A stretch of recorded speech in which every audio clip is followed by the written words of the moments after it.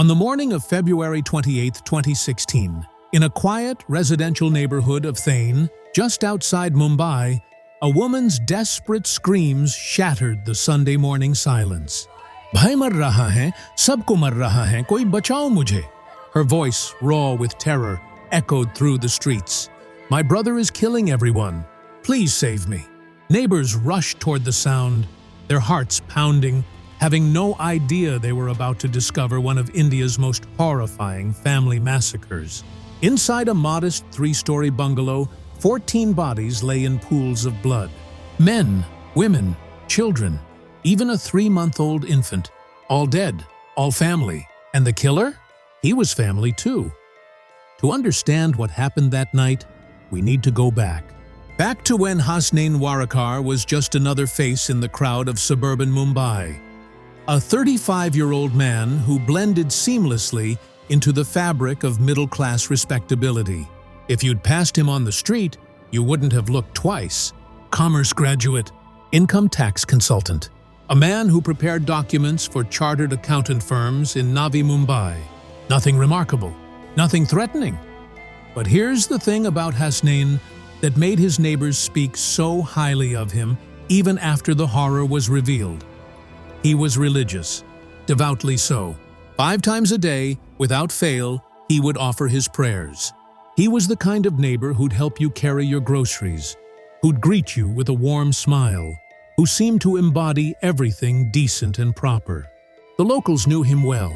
They'd seen him at the Pardesi Baba Dargah, a shrine he visited often, always with that calm, serene expression on his face. How this happened is astounding, one villager would later say, his voice still thick with disbelief. The Warekars displayed good conduct, never got involved in issues, never caused trouble. They were, by all accounts, a normal family. But beneath that veneer of normalcy, something was rotting. Something dark and desperate was taking root in Thane's mind, growing like a cancer that no one could see. Because here's what the neighbors didn't know. Thane hadn't worked a real job in 2, maybe 3 years. Every morning, he'd leave the house as if heading to the office, maintaining the charade, keeping up appearances. But where did he go? What did he do? Even his own family didn't know the full truth. The money problems started slowly, the way they always do. First, there was the business dream, an import venture exporting betel nuts to Indonesia and Malaysia. It sounded promising, legitimate even, but it required capital, 35 lakh rupees to be precise. So Thane did what many desperate men do. He borrowed. From family, from the people who trusted him most. 15 lakh from one relative, 15 lakh from another, 15 lakh from a third. Then came the stock market. Thane thought he could turn things around, thought he could be one of those success stories you hear about. Instead, he watched helplessly as 40 lakh rupees, money he didn't have, money he'd borrowed, evaporated in trading losses.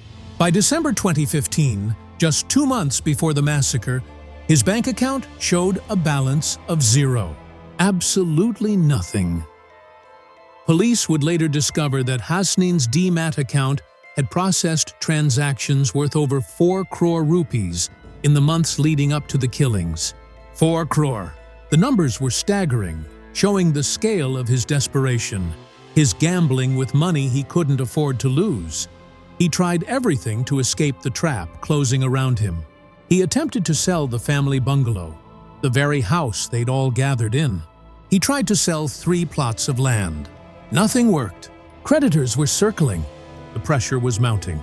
And then, perhaps most tellingly, he rented a room in the nearby Majiwada locality. Why would a man with a family home need a separate room? Was he hiding? Running from someone? Or planning something? But the financial crisis wasn't the only secret festering in the Warekar household. There was something darker, something that would come to light only after the bloodshed. Thane had been sexually abusing his 30-year-old sister, Batul, a mentally challenged woman who couldn't fully defend herself or understand what was happening to her. Around January 2016, just weeks before the massacre, Batul confided in her sisters. The secret was out. The family knew. Can you imagine the shame? The rage? The fear of exposure? In traditional families, such revelations don't just ruin reputations, they destroy entire family structures. And for a man already drowning in debt, already wearing a mask of respectability that was cracking at the edges, this revelation might have been the final breaking point. Police would later find medicines in Hasnain's house, medications pointing to psychological illness. They'd discover that his father had forced him to seek treatment for some ailment, though the details remained murky. Mental health experts would theorize about split personality disorder, about a man whose outward calm masked an inner chaos so profound it could only end in violence. But in those final days of February 2016, before the mask came off completely, Hasnain was making plans, dark plans. He was inviting his family over for what he called a celebration, a weekend dinner, a chance to gather everyone under one roof. 14 people. His parents, Anwar and Asghari. His wife Jabin and their 2 daughters, including 3-month-old Umaira. His sisters Shabina, Maria, and Batul. And the children, 8 nephews and nieces ranging from 5 months to 16 years old. Innocent lives, completely unaware of what was coming. Those 3 relatives who'd loaned him 15 lakh each? He invited them too, but by some twist of fate, some divine intervention perhaps, all 3 declined. They wouldn't be there that night. They would live. Saturday evening, February 27, 2016. The Warakar bungalow in Kasarvadavali was alive with the sounds of family. Children laughing, adults chatting, the clatter of dishes being prepared. It was supposed to be a celebration, though no one quite knew what they were celebrating. Hasnain had been vague about that, but it didn't matter. Family was together, and that's what counted. Dinner was served, drinks were poured, and hidden in those beverages, dissolved where no one could see them, was clozapine, a powerful sedative typically used to treat schizophrenia. Police would later discover that the drug had been prescribed by a Pune doctor for Batul, who'd been undergoing treatment for mental illness for 20 years. Hasnain had access to it, and on this night, he weaponized it. One by one, as the evening wore on, family members began to feel drowsy, heavy. It had been a long day, after all, and the children were already tired. They went to bed, the adults followed, and as the house fell quiet, as every door was locked and every window was bolted from the inside, Hasnain Warakar picked up a butcher's knife, the same kind he'd used to slaughter goats during religious sacrifice rituals. He knew how to use it. He'd done it before, though never on humans. What goes through a man's mind in that moment? When he stands over his sleeping father, the man who raised him, who forced him to get help when the mental illness became too obvious to ignore? When he looks down at his 3-month-old daughter, her tiny chest rising and falling in innocent sleep? We'll never know the answer, because Hasnain Warakar made sure of that. The forensic reports would later confirm what investigators suspected. Hasnain was not under the influence of any drugs when he committed the murders. He was completely sober, completely aware of what he was doing. This wasn't a blackout. This wasn't a momentary lapse. This was calculated, methodical execution. He moved through the house like a shadow. His father Anwar, 65 years old, throat slit. His mother Asghari, 56, who'd given him life, throat slit. She begged him, according to what would later be revealed, "Hasnain, I have given birth to you. Please spare me." He didn't. His wife Jabin, only 28. His daughters Mubashira, just 6 years old, and baby Umaira, only 3 months into her life, all gone. His sister Shabina and her children, 12-year-old Anas, 16-year-old Sadia, 5-year-old Ali Hassan. His sister Maria and her boys, 7-year-old Umar and Yusuf, and Batul, the sister he'd abused, the woman who couldn't defend herself even now. But then there was Subiya. 22-year-old Subiya Barmer, his youngest sister. Maybe she was a lighter sleeper. Maybe the sedative didn't fully take effect.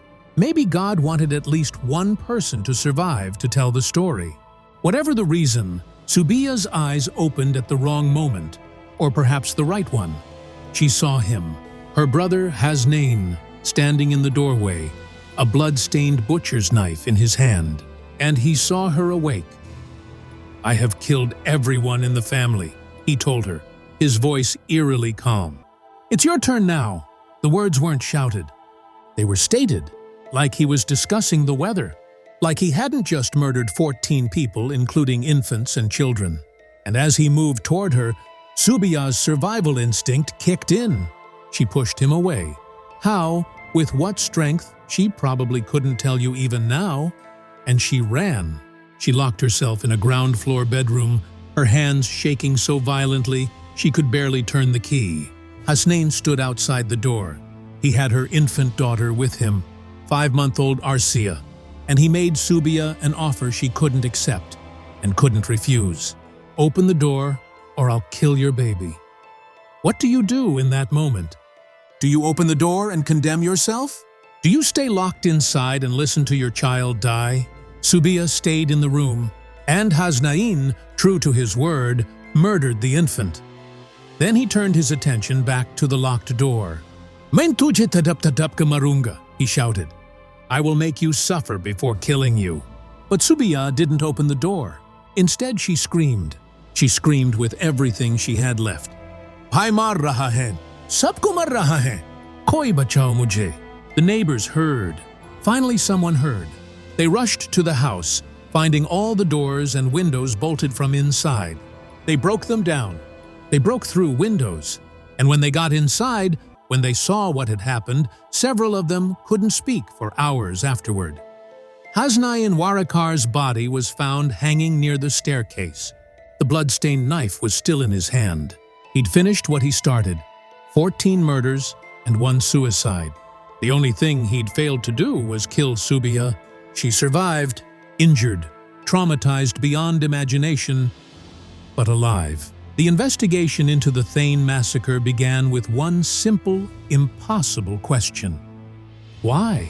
Why would a seemingly respectable man, a religious man, a man with no history of violence toward his family, suddenly slaughter 14 people in one night? Thane Police Commissioner Ashutosh Dumbre stood at the crime scene, looking at the bodies being carried out, covered in sheets. He bolted all the doors of the house and murdered his family while they were asleep, Dumbre told reporters. But that explanation only covered the how. The why was more complicated. The first priority was Subiya. She was the only living witness, the only person who'd seen Thane in the act and survived. But when investigators first tried to question her, they quickly realized she was in no condition to give a statement.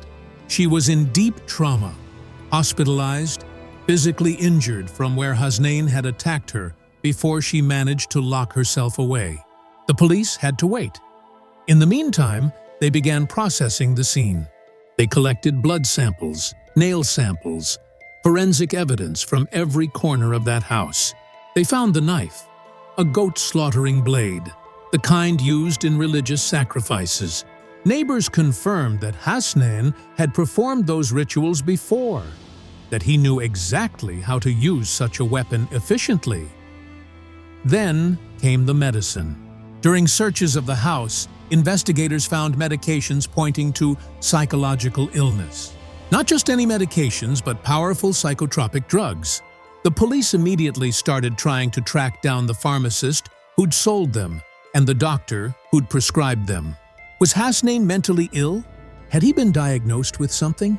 And if so, why hadn't the family gotten him more intensive help? The financial picture emerged next, and it was devastating. Bank records showed that Thana's account balance had hit zero in December 2015. He'd lost 40 lakh rupees in stock market trading. His Demat account showed transactions of over 4 crore rupees in recent months. staggering amounts for someone with no stable income. But here's where it got really dark. Police discovered that Hasnain owed approximately 67 to 68 lakh rupees to various relatives, many of whom had been in the house that night. The people he murdered were, in many cases, the same people he owed money to. Was this about eliminating his debts? About erasing the witnesses to his financial failure? Investigators learned he'd tried to sell the family bungalow and 3 plots of land in the months before the killings. Nothing had worked. He'd mortgaged family gold jewelry. He'd borrowed gold from Subiya, promising to make her a business partner in his failed import venture. The walls were closing in, and there was no escape. Then Subiya finally spoke. When she was strong enough to give her statement, the details she provided made the investigators' blood run cold. She told them about Batul, about how Hasnain had been sexually abusing their mentally challenged sister. She told them that the other sisters had found out about it in January, just weeks before the massacre. She recounted her mother's final words, begging for mercy from the son she'd brought into the world. She described the threats Hasnain had made, the murder of her infant daughter, the methodical way he'd moved through the house. A senior police officer involved in the investigation put it this way: "We are trying to put together all the pieces of the jigsaw puzzle to figure out the behavioral pattern of the accused with the help of several mental health experts and criminologists." They were exploring the possibility of split personality disorder, a condition where Hasnain's outward persona of the calm, religious, helpful neighbor existed alongside something far darker, something capable of unimaginable violence. Police also looked into whether Hasnain had been influenced by black magic or followed any self-styled godmen. They spoke to the caretaker of the Pardesi Baba Dargah, the shrine Hasnain visited regularly. But that line of inquiry went nowhere. The caretaker refused to comment. The viscera tests came back. Every victim had traces of clozapine in their system, the sedative Hasnain had used to drug them before slitting their throats. But Hasnain himself? No drugs in his system at all. He'd been completely sober, completely aware of every single thing he did that night. Investigators also discovered that Hasnain had strategically invited 3 additional relatives to the dinner, each of whom had loaned him 15 lakh rupees. All 3 had declined the invitation. Had they attended, the death toll would have been 17, not 14. Those 3 people had escaped death by pure chance, by a scheduling conflict, by whatever excuse they'd given for not coming to what was supposed to be a family celebration. Was this premeditated murder disguised as a family gathering? Absolutely. The evidence was overwhelming. The drugged food, the bolted doors and windows, the systematic way he'd moved from room to room, victim to victim. This wasn't a crime of passion or a psychotic break. This was planned execution. But the question investigators kept coming back to was this: what was the final trigger? Was it the debt? The discovery of the sexual abuse? The mental illness? The stock market losses that happened just 2 days before the killings, wiping out another 40 lakh rupees? The truth, as investigators would eventually conclude, was that it was all of it. Hasnain Warakar was a man with multiple catastrophic crises converging at once. Financial ruin, exposed sexual abuse, untreated or inadequately treated mental illness, and the complete destruction of his carefully maintained facade of respectability. He saw no way out, no way forward. And so he eliminated everyone who knew his secrets, everyone he owed money to, everyone who'd witnessed his fall, everyone except Subiya. In true crime cases, we often talk about catching the culprit as the climactic moment, the satisfying resolution where justice is served. But in the Thane massacre, there was no chase, no manhunt, no arrest. Hasnain Warakar had already delivered his own justice, hanging himself after completing his massacre, ensuring he'd never face trial, never have to explain himself, never have to look into Subiya's eyes in a courtroom. For the investigators, This meant there would be no confession, no opportunity to hear the killer's version of events in his own words. They could only piece together the truth from evidence, from forensic reports, from Subia's traumatized testimony, from bank records and medicine bottles and blood-stained knives. The Thane police would eventually file what's called a closure report, a document that lays out the findings of an investigation when the perpetrator is deceased and no trial is possible.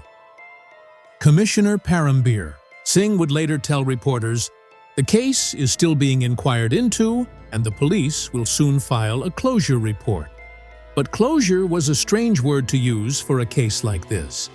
Because for the people affected, for Subia most of all, there would never truly be closure.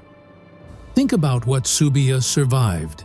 In a single night, she lost her parents, her sisters, her infant daughter, her nieces and nephews.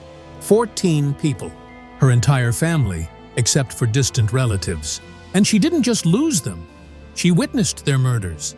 She heard her mother's final pleas. She heard her brother's threats. She made the impossible choice to stay locked in that room while her baby was killed on the other side of the door. The physical injuries healed, eventually. The deep cut from where Hasnain had attacked her before she locked herself away, that scarred over. But the psychological wounds? Those were deeper than any blade could cut. For weeks after the massacre, Subia remained hospitalized, unable to process what had happened. When she was finally released, she made a decision that shocked no one who understood trauma. She would never return to Kasarvadavali, never step foot in that bungalow again. She'd snapped all ties with the village where the massacre happened. The nightmares were relentless. For months, she'd wake up screaming, reliving that night, seeing her brother's blood-stained face, hearing his calm voice as he told her she was next. Friends and distant relatives tried to help. But what do you say to someone who's survived something like that? What comfort can you offer? But here's where the story takes a turn toward light, however small. In February 2017, exactly 1 year after the massacre, Subia gave birth to a daughter, a new life emerging from unspeakable death. Relatives would later say that the baby brought Subia some measure of comfort, some reason to keep going. Not closure, you can't close the door on trauma like that, but maybe a way forward, a future, hope, fragile as it was. The house itself, the Warakar Manzil, as locals called it, remained sealed by police during the investigation. When it was finally released back to relatives, no one wanted it. Who would live in a house where 14 people were slaughtered? Where blood had soaked into floors and walls? The building stood empty, a monument to horror, avoided by everyone who passed by. For the community of Thane, the massacre left scars too. This was supposed to be a peaceful suburban neighborhood, a place where families raised children and neighbors knew each other's names. The Warakars had been part of that fabric. Good people by all accounts, never causing trouble. And yet, within those walls, something monstrous had been growing. The case forced uncomfortable conversations about mental health in India, where seeking psychiatric help is still heavily stigmatized, about financial pressures in middle-class families, where maintaining appearances often takes priority over addressing real problems, about sexual abuse within families, a topic many would rather ignore than confront, about the warning signs that had been there all along, but that no one had recognized or acted upon. Rajesh Gavli, a local villager who'd known the Warakars well, summed up what many were feeling. How this happened is astounding. Because that's the thing about cases like this. They shatter our comfortable assumptions about who can commit evil. Hasnain Warakar wasn't some obvious monster. He was educated, religious, helpful, calm. He was someone you'd trust with your tax documents, someone you'd greet with a smile. The Thane massacre would be ranked as one of the worst family homicides in Indian history. 14 victims, 7 of them children, murdered by someone who was supposed to protect them. The numbers alone were staggering, but numbers don't capture the human cost. the childhood that 16-year-old Sadia never got to finish. The first words 3-month-old Umaira never got to speak. The future that 65-year-old Anwar never got to see. In the years since, the case has been studied in criminology departments and psychiatric institutions. It's become a cautionary tale about the dangerous convergence of mental illness, financial desperation, and family secrets, about what happens when someone with severe psychological problems is given neither adequate treatment nor intervention until it's too late, about how the person who appears most normal, most respectable, most pious might be the one hiding the darkest secrets. But perhaps the most important lesson of the Thane massacre is the one that Subia's survival represents. That even in the absolute worst moments of human evil, even when it seems like darkness has won completely, there can be a survivor. A witness, someone who lives to tell the story, who carries the memory of those who died, who finds a way, however difficult, however painful, to keep going. Subia Barmar is that survivor. And while she'll never forget that February night in 2016, while the scars will never fully fade, she's found something that her brother tried to destroy along with 14 lives. She's found a reason to live.